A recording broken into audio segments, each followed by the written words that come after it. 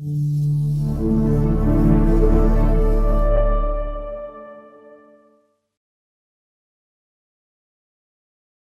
don't talk enough about files that may unwind, nickel titanium mechanized files. So imagine you're using your file, you know your working length is to 20 millimeters.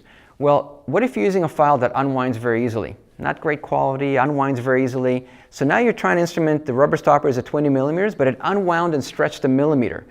It spun tons of times, hundreds of times potentially inside that canal before you took it out and realized, oh, it's unwound. An unwound file that's maybe 21 millimeters to begin with now is 22 millimeters.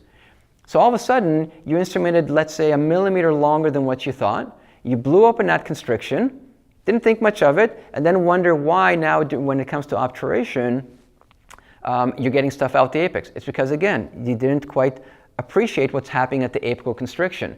So unwinding files, for me, is a huge issue. We should talk about it just as much as we talk about broken files, because the damage that they do to the apical part of the root is very, very significant.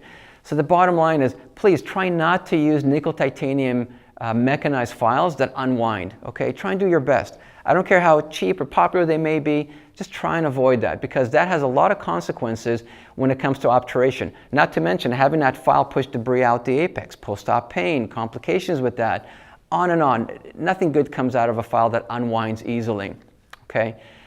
So it's something for you to make note of when it comes to instrumenting.